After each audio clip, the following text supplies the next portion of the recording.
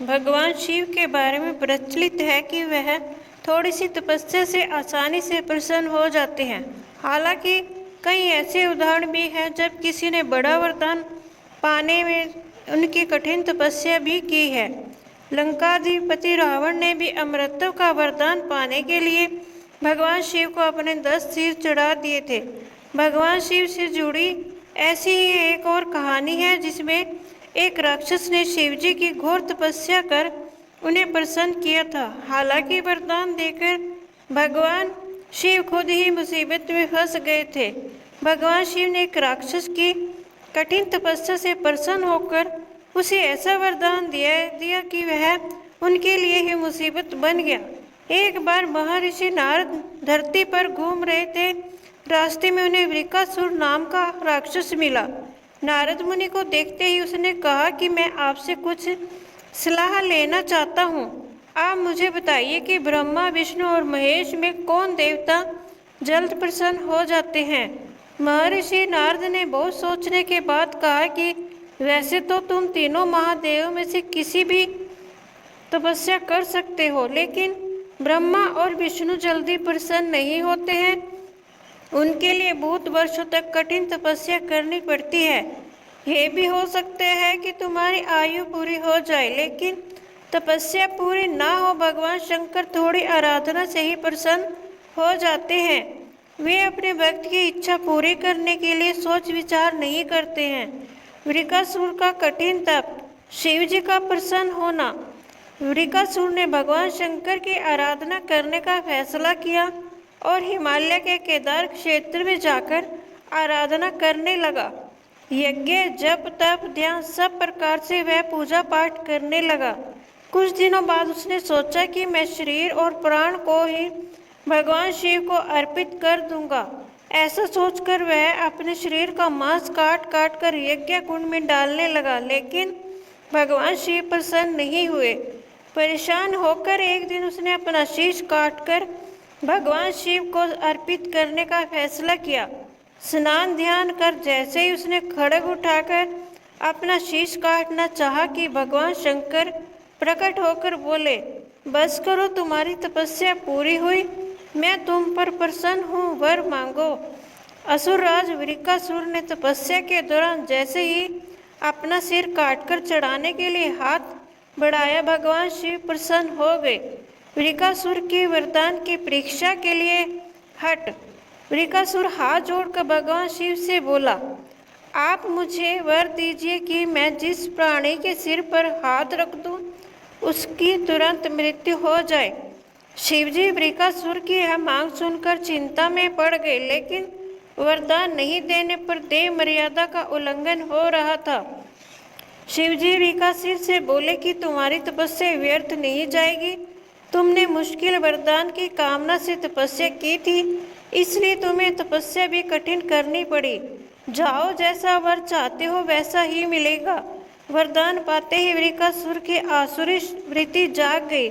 उसने कहा कि प्रभु, आपका यह वरदान सत्य है या नहीं, इसकी परीक्षा लेना चाहता हूँ, इसलिए पहले आपके सिर पर ही हाथ रखकर देखता हूँ कि इस वर में कितनी सत्यता है।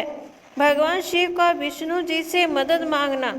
भगवान शंकर ने सोचा कि यह राक्षस कुछ नहीं सुनेगा।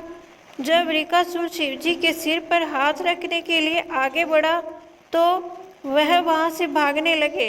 इस पर वृकासुर का क्रोध बढ़ गया। वह पीछा करते हुए चिल्लाया कि महर्षि नारद की तरह आपने भी मुझसे छल किया है। वरदान की परीक्षा से डरकर क्यों भाग रहे हैं। शिवजी भूमंडल छोड़कर देवलोक तक भागते रहे और वृकासुर भी उनका पीछा करता रहा।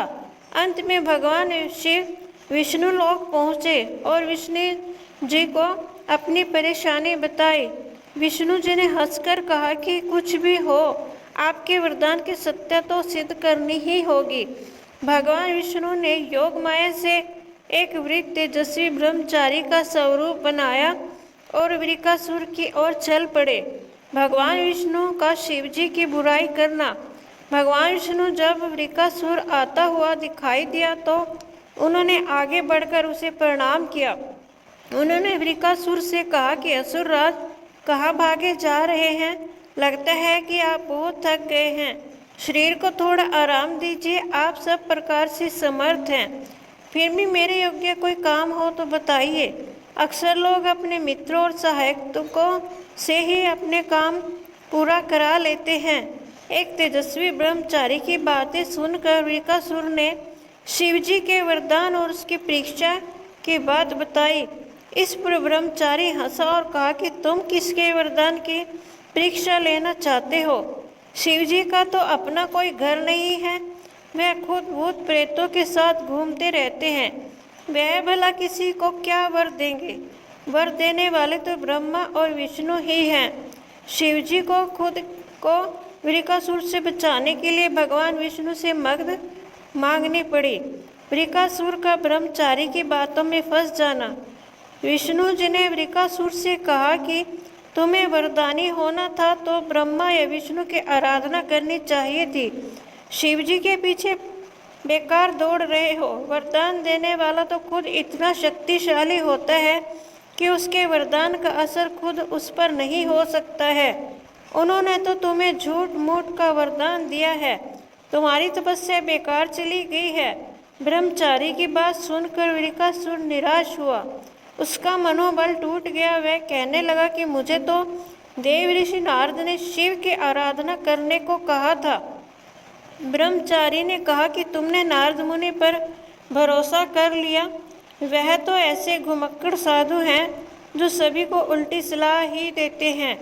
अगर तुम्हें मेरी बात पर भरोसा नहीं हो तो अपने सिर पर हाथ रखकर देख लो कि कैसे शिव ने तुम्हें झूठा वर देकर बहकाया है। वृकासुर का भस्म होना और जीवन का सार। वृकासुर का मनोबल बुरी तरह से टूट चुका था। उसे ब्रह्मचारी की बात पर भरोसा हो गया कि शिवजी ने भी उसके साथ छल कर झूठा वरदान दिया है। उसका विवेक नष्ट हो गया। उसने वरदान की सत्यता का परीक्षण करने के लिए अपना हाथ अपने ही सिर पर रख लिया। सिर पर हाथ रखते ही भयंकर अग्निपुंज प्रकट हुआ और वृकासुर उसमें भस्म हो गया। भगवान शिव, विष्णु जी और वृकासुर की इस कहानी में जीवन का अहम सार छुपा है। कहानी सीख देती है कि बिना सोचे विचारे किसी को कुछ देना और पाने वाले का कृतधन होकर दाता को ही संकट में डालने का ऐसा ही नतीजा होता है। कृतघ्नता के उन्माद में बुद्धि विवेक नष्ट हो जाता है और उपलब्धि ही विनाश का कारण बन जाती है। दोस्तों, मेरी यह वीडियो देखने के लिए आपका बहुत बहुत धन्यवाद।